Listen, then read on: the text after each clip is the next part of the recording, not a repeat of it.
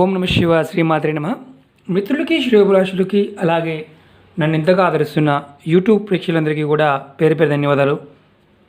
మిత్రులారా, మనం ఈ రోజున ఒక అద్భుతమైన ఉపాయం తెలుసుకుందాం. చాలామంది మిత్రులు మెయిల్స్లోను కామెంట్స్లోను ఒక రెగ్యులర్ క్వశ్చన్ అడుగుతున్నారు.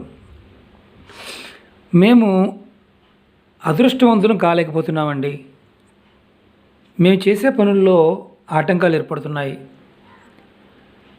ఎలా అంటే అసలు ఏ పని అవడం లేదు, అసలు మేము చేస్తున్న పని ఏది అవడం లేదు. అలాగే మేము డబ్బులు ఖర్చు పెట్టి యంత్రాలు పెట్టుకుందామన్నా, అలాగే వేరే పూజలు చేయించుకుందామన్నా అలాంటి ఆర్థిక స్తోమత కూడా మా దగ్గర ఉండటం లేదు. ఎలాంటి పరిస్థితి అంటే, ఒకప్పుడు మా తల్లిదండ్రులు బాగా ఉన్నతంగా బతికారు, బాగా ఆస్తులు ఉన్నాయి.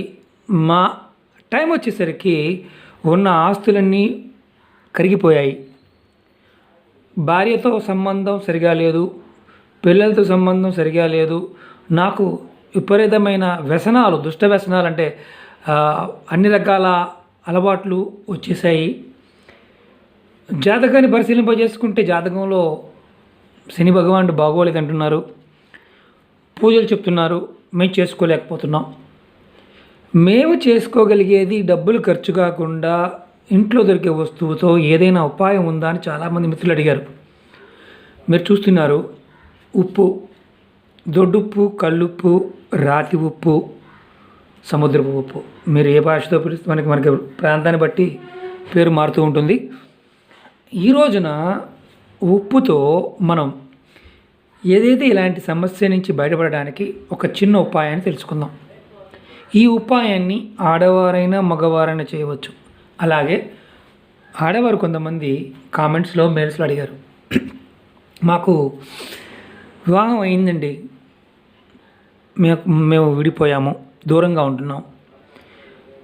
ఎందుకు దూరంగా ఉంటున్నామో మాకు తెలియదు. ఆస్తుల పాయింట్ ఆఫ్ వ్యూలో మా ఇద్దరి మధ్య గొడవలు ఎంత భయంకరంగా ఉన్నాయంటే పిల్లల్ని కూడా పట్టించుకోలేని పరిస్థితి. ఈ పరిస్థితి నుంచి బయటపడడానికి మార్గం చెప్పండి. మిత్రులారా, ఈ చిన్న ఉపాయాన్ని మీరు కరెక్ట్గా ఆచరించగలిగితే మీ జీవితంలో ఖచ్చితమైన మార్పు రావడానికి అవకాశం ఉంటుంది. ఇది డబ్బు ఖర్చు అయ్యేది మాత్రం కాదు, చాలా తక్కువ ఖర్చుతో అద్భుతమైన ఉపాయం. ఎలా చేయాలి, ఏ విధంగా చేయాలో మీకు నేను తెలియజేస్తాను. మీకు కావాల్సిందల్లా ఉప్పు, అలాగే ఒక మేకు, ఒక వైట్ పేపర్, అలాగే మీ దగ్గరలో ఎక్కడైనా సరే రావి చెట్టు ఉండాలి. గుడిలో కాకుండా బయట ఎక్కడైనా సరే రావి చెట్టు ఉంటే చాలు. ఎలా చేయాలో చెప్తాను.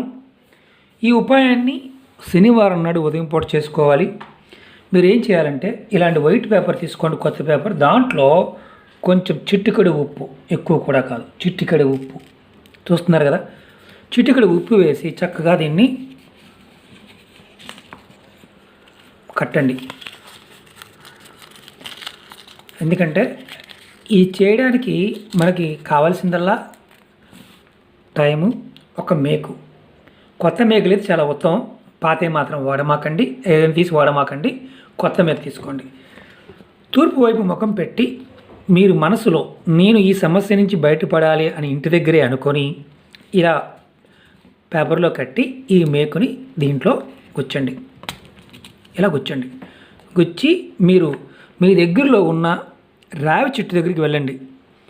రావి చెట్టు దగ్గరికి వెళ్ళి మీరు నమస్కారం చేసుకొని ఈ మేకుని ఇలాగే చెట్టు కొట్టకూడదు, మట్టిలో కింద ఇలా గుచ్చండి. గుచ్చి నమస్కారం చేసుకొని మీరు మళ్ళీ వెనక్కి తిరిగి చూడుకొని ఇంటికి వచ్చేయండి. ఇలా మీరు చేస్తూ ఉంటే నెలకొక్కసారి శనివారం పూట ఇలా చేస్తూ ఉంటే మీరు శనిగ్రహ బాధల నుంచి బయటపడతారు. జాతకంలో కనుక శని మనకి సహకరించకపోతే, బాగోకపోతే మన జీవితంలో అనేక రకాలైన సమస్యలు ఎదుర్కొంటూ ఉంటాం. అలాగే ఆర్థికంగాను, మానసికంగాను, శారీరకంగాను ఎన్ని రకాల సమస్యలు రావాలి, అన్ని సమస్యలు వస్తుంటాయి. మీరు మీ మనోవాంఛలు ఏదైతే మనసులో అనుకుంటారో ఏది కూడా పూర్తి కాదు. ఈ ఉపాయం చేయటం వల్ల మీరు ఏదైతే అనుకుంటున్నారో శనిగ్రహ ప్రభావం తగ్గి మీరు మెల్లమెల్లగా బయటపడతారు. మీరు నెలకొక్కసారి మాత్రమే ఈ ఉపాయాన్ని చేయాలి. రోజు కంటిన్యూ చేయాల్సి ప్రతి శనివారం చేయాల్సిన అవసరం లేదు. అలాగే ఇంట్లో ఎవరన్నా మరణించారండి, చేసుకోవచ్చా? 15 రోజుల తర్వాత పెద్దగారం అయిపోయింది, చేసుకోవచ్చు. అలాగే ఇంట్లో ఏదైనా పొంగు లాంటిది వచ్చిందండి, చేసుకోవచ్చా? చేసుకోవచ్చు, ఎలాంటి ఇబ్బంది లేదు. అలాగే నెలసరి టైంలో మాత్రం ఈ ఉపాయాన్ని చేయవద్దు. ఇంట్లో ఎవరు ఉన్నా సరే, ఆడవారి మగవారైనా సరే, నెలసరి టైంలో ఉన్నప్పుడు మాత్రం ఈ ఉపాయం చేయవద్దు. ఒక్క శనివారం నాడు నెలకొక్కసారి చేయండి చాలు. తర్వాత మీరు చెట్టు దగ్గరికి వెళ్ళిన తర్వాత వెనక్కి తిరిగి చూడకుండా వచ్చేయండి. ఈ ఉపాయం చేయడం వల్ల మీకు మీరు చేసే పనుల్లో ఆటంకాలు తొలగిపోతాయి.